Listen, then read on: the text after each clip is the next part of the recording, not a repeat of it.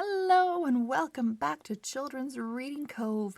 Let's dive into Macbeth, another tragedy written by William Shakespeare for the Globe Theatre. Let's meet some of the characters in this play. Here is the cast list. There are the three witches, or the Weird Sisters. There is Macbeth. He is the Thane of Glamis and general to King Duncan. There is Lady Macbeth, wife to Macbeth. There is Banquo. He is the general to King Duncan. There is King Duncan. He is the King of Scotland. There is Malcolm and Donalbain. They are the king's sons. There is Macduff, and he is the Thane of Fife. There is a servant of the Glamis castle, and there are two murderers. The scene is Scotland in the 11th century. Now, we all know that Scotland is the land of magic and fairies and all kinds of weird and wonderful elementals. At this time, there were so many battles and so many plays for the throne of Scotland. There were many, many changes at this time. And I think we'll learn about that in this play.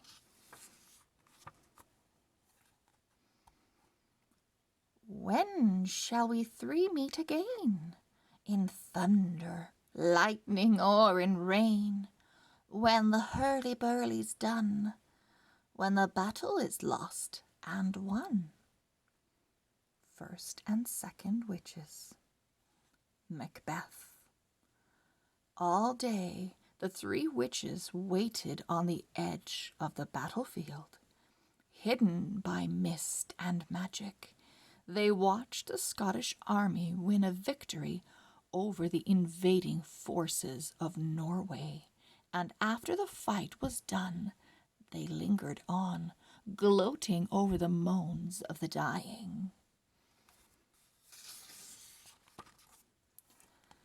As thunder rolled overhead and rain lashed down, one of the witches raised her long hooked nose to the wind and sniffed like a dog taking a scent.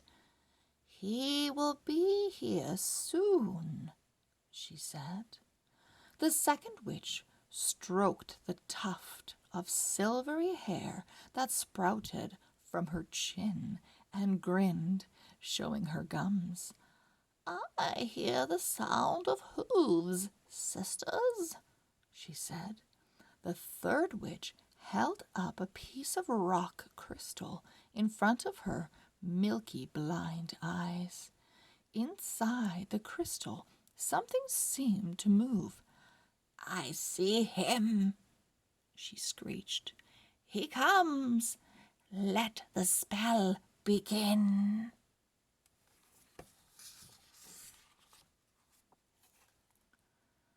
Two Scottish generals rode slowly away from the battlefield, their heads lowered against the driving rain. One was Macbeth, the Thane of Glamis, the bravest soldier in King Duncan's army. He was tall, broad-shouldered, and had a warrior's face, broken-nosed and scarred from old fights. His companion and friend, Banquo, was younger and slimmer, with a mouth that was quick to smile, although he wasn't smiling now. Macbeth's dark eyes were distant as he recalled the details of the day's slaughter. A hard fight to protect an old feeble king, he thought. If I ruled Scotland... His mind drifted off into a familiar daydream. He saw himself seated on the throne, with the golden crown of Scotland circling his brow. Suddenly, his horse reared and whinnied, its eyes rolling in terror. Macbeth struggled to control the horse, and at that moment a bolt of lightning turned the air violet. In the eerie light he saw 3 weird hags barring their way, their wild hair and ragged robes streaming like tattered flags in the wind.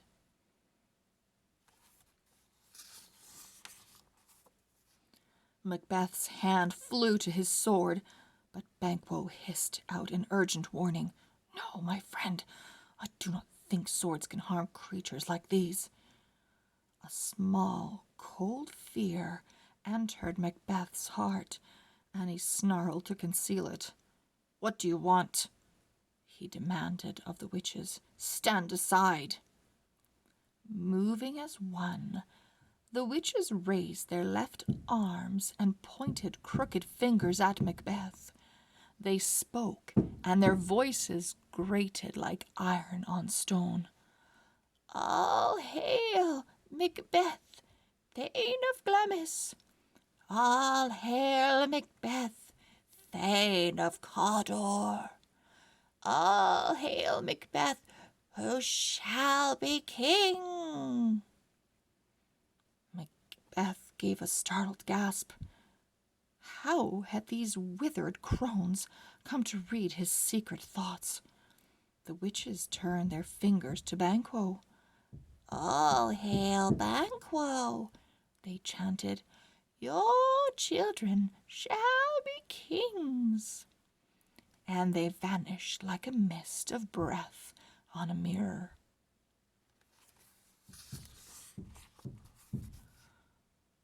Were they ghosts? Banquo whispered in amazement. "They were mad women," snorted Macbeth. "How can I be Thane of Cawdor? He is alive, and of King Duncan's most trusted friends. And how could my children be kings if you take the throne?" Banquo asked. The sound of hoofbeats made both men turn their heads. Out of the rain appeared a royal herald. He pulled his horse to a halt and lifted a hand in salute. "I bring great news," he announced. "The Thane of Cawdor has confessed to treason and has been executed. The king has given his title and lands to you, noble Macbeth. He has proclaimed you as his heir after his sons Malcolm and Donalbain. All hail Macbeth, Thane of Glamis and Cawdor."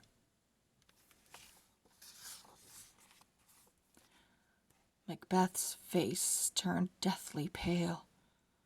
So the witches told the truth, he thought. Only Duncan and his son stand between me and the crown. My wife must know of this. I will write to her tonight. Macbeth was so deep in thought that he didn't notice the troubled look that Banquo gave him. The witches had left a scent of evil in the air, and Banquo seemed to smell it clinging to his friend. End of part 1. Come back soon to read part 2 of Macbeth. Bye-bye.